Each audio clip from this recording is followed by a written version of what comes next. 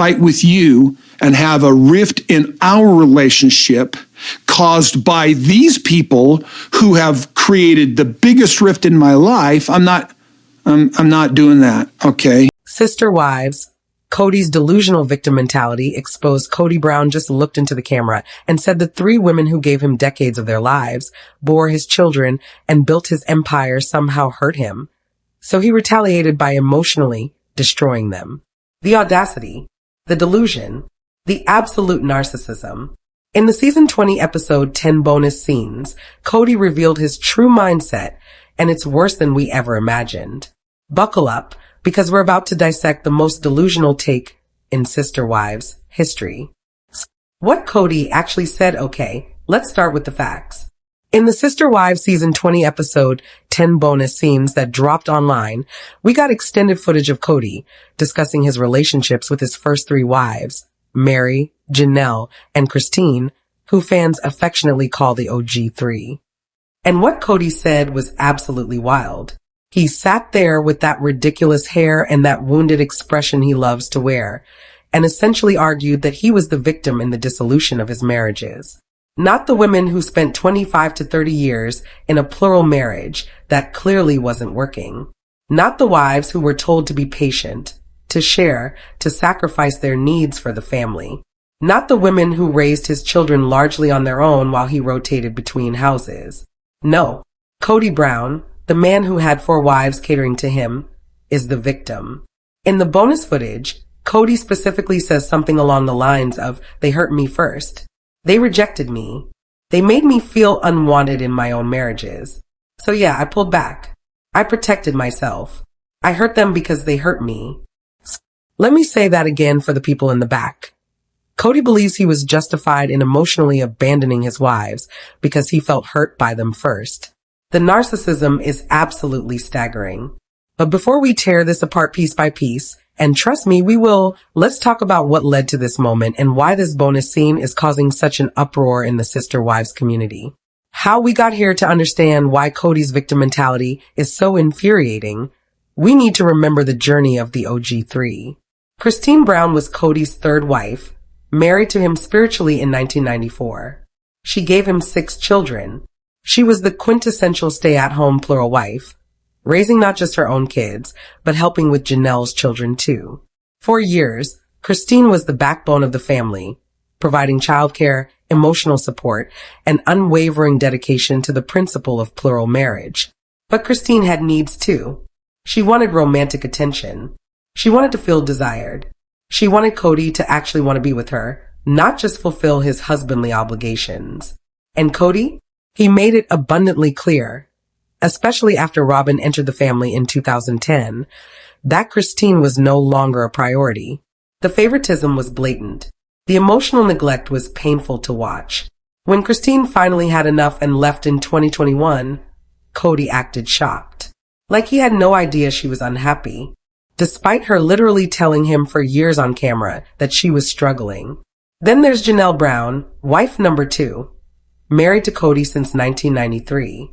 Janelle is the pragmatic one, the breadwinner for much of the family's history, the one who tried to make plural marriage work through sheer logical determination. But even Janelle eventually realized she was married to a man who didn't prioritize her, didn't fight for her, and frankly didn't seem to care if she stayed or left. Their separation became official in 2022, though emotionally they'd been checked out for much longer. And Meri, first wife, married legally to Kody from 1990 to 2014 before he divorced her to marry Robyn legally. Meri suffered through the catfishing scandal, public humiliation, and years of Kody openly saying he wasn't attracted to her and didn't want to be intimate with her. Yet somehow in Kody's mind, these women hurt him. Dissecting Kody's victim narrative 6:30 to 10:30. Let's break down Kody's argument step by step, because this is a masterclass in narcissistic deflection.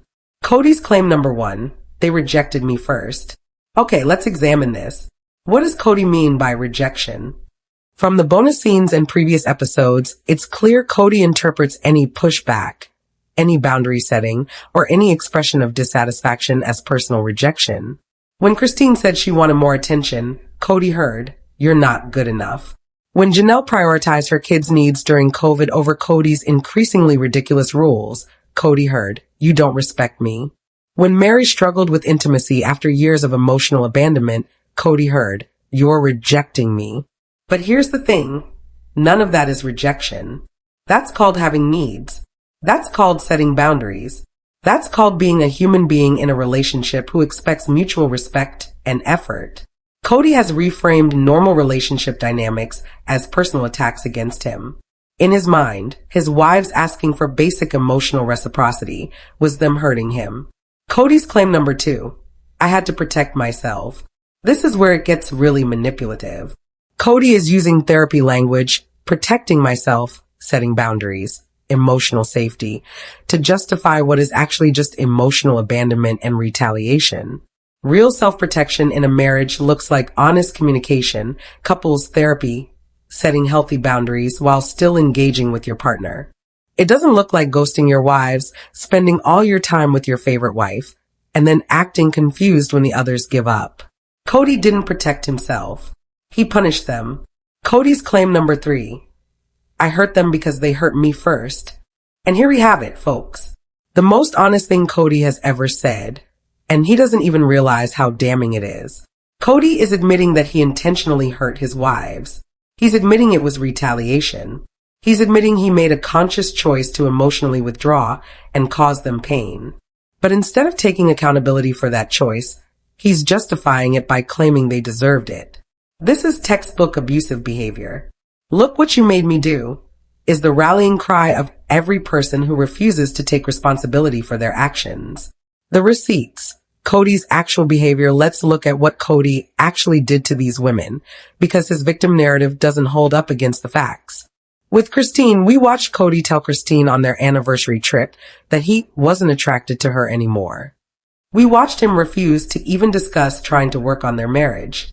We watched him immediately blame her for the marriage ending instead of taking any responsibility. When Christine announced she was leaving, Kody's response wasn't sadness or a desire to fight for the relationship. It was anger that she would dare to leave him. The audacity of Christine choosing herself over a man who had openly admitted he didn't want her. After she left, Kody refused to attend important family events if Christine would be there. He made his children choose between their parents. He spoke about Christine with contempt and bitterness. But sure, Kody, you're the victim. With Janelle bent over backwards trying to make plural marriage work. She was financially independent, emotionally stable, and asking for very little from Kody, just some basic respect and partnership. During COVID, when Janelle's sons questioned Kody's extreme and constantly changing rules, Kody didn't try to understand their perspective or find compromise. He gave Janelle an ultimatum. Make your adult sons comply or I won't come around. Think about that. Kody chose not seeing his wife over having a conversation with his adult children. Janelle tried to maintain the relationship even as Kody pulled away. She suggested they go to therapy. She tried to communicate. And Kody's response was essentially, "This is too hard. I'm done." But according to Kody, Janelle hurt him by not forcing her adult sons to follow his arbitrary rules. With Meri, this one is perhaps the most egregious. Meri has been desperately trying to maintain some kind of relationship with Kody for years, despite him openly saying he doesn't want to be intimate with her, doesn't see a future with her, and feels no romantic connection to her. For years, Meri held on. She went to therapy. She tried to process the catfishing trauma. She asked for what she needed, and Kody gave her nothing. Finally, in 2023, Meri gave up. And even then, she did it gracefully, saying she was releasing Kody from their spiritual marriage. Kody's response? Relief. Not sadness, not regret, relief. But somehow, in these bonus scenes, he's acting like Meri wronged him. Like her pain, her loneliness, her years of rejection were somehow an attack on him. The Robyn factor, we cannot discuss Kody's delusion without talking about Robyn, because she is the lens through which Kody now views all his other marriages. Robyn entered the family in 2010, and it's clear to anyone with eyes that Kody was completely infatuated with her from day one. She was the shiny new wife, the romantic reset, the validation that he was still desirable. And the favoritism was immediate and obvious. We watched Christine cry about Kody spending the first several days after Robyn gave birth at Robyn's house, something he never did with his other wives. We watched him prioritize Robyn's children over his biological children from other wives. We watched him legally divorce Meri to marry Robyn. For over a decade, we've watched Kody center his entire life around Robyn while giving his other wives scraps of his time and attention. So when Kody says the OG3 rejected him, what he really means is they couldn't accept being treated as less than while Robyn got everything. And here's the most insidious part. Kody has convinced himself that his obvious favoritism toward Robyn is somehow the OG3's fault. In his mind, he gravitates toward Robyn because she doesn't reject him and makes him feel wanted. But the reality is simpler. Robyn doesn't challenge Kody. She doesn't ask him to be better. She doesn't set boundaries or express dissatisfaction. She either genuinely believes he can do no wrong, or she's smart enough to never voice her doubts on camera. The OG3 demanded accountability, growth, and partnership. And Kody interpreted that as rejection. Robyn demands nothing, and Kody calls that love. The psychology of Kody's delusion. Let's talk about what's actually happening in Kody's brain, because this level of delusion doesn't come from nowhere. What we're seeing is a textbook case of narcissistic injury and DARVO. Deny, attack, reverse victim, and offender. Narcissists like Kody have a fragile sense of self that requires constant validation. When that validation isn't forthcoming, when wives dare to have needs or express dissatisfaction, the narcissist experiences it as a deep wound, a narcissistic injury. Instead of self-reflecting or taking accountability, they protect their fragile ego by reframing the narrative. Suddenly, they're not the ones causing harm, they're the victims of unreasonable people who hurt them first. This is exactly what Kody is doing. His wives asking for basic emotional reciprocity felt like attacks to him. So he retaliated by withdrawing, by prioritizing Robyn, by emotionally abandoning them. And now he's rewritten history so that he's the injured party. It's also classic DARVO, deny. I didn't do anything wrong in these marriages attack. They rejected me. They hurt me first, reverse victim, and offender. I'm the one who was wronged here. This allows Kody to avoid any accountability for his role in destroying 3 marriages while simultaneously justifying his cruel behavior. And the really dangerous part? Kody genuinely believes his own narrative now. This isn't conscious manipulation. He's fully convinced himself that he's the victim. That's why he can say these things on camera with a straight face. That's why he shows no remorse. He's rewritten his entire history to center himself as the wounded hero who had to protect himself from mean, rejecting wives. It's delusional. It's infuriating. And it's heartbreaking for the women who gave him their lives. What this means for Robyn, here's a question that's fascinating to consider. What must Robyn be thinking as she watches Kody rewrite history and villainize the other wives? On one level, it probably feels validating. Robyn has always been sensitive to accusations of favoritism, always defensive about her position in the family. Hearing Kody frame the other wives as the problem might feel like vindication. But on another level, if Robyn has any self-awareness at all, these bonus scenes should terrify her. Because here's the thing. Kody is showing Robyn exactly what he'll do if SHE ever challenges him, if SHE ever has needs that inconvenience him, if SHE ever stops centering him in every decision. He'll reframe her as the problem. He'll claim she hurt him first. He'll withdraw emotionally. And he'll justify all of it by claiming he was just protecting himself. Right now, Robyn is safe because she gives Kody everything he wants. But marriages evolve. People age. Circumstances change. What happens when Robyn needs something Kody doesn't want to give? Based on his own words in these bonus scenes, we know exactly what will happen. He'll make himself the victim and her the villain. Some fans think Robyn is manipulative and orchestrated the other wives leaving.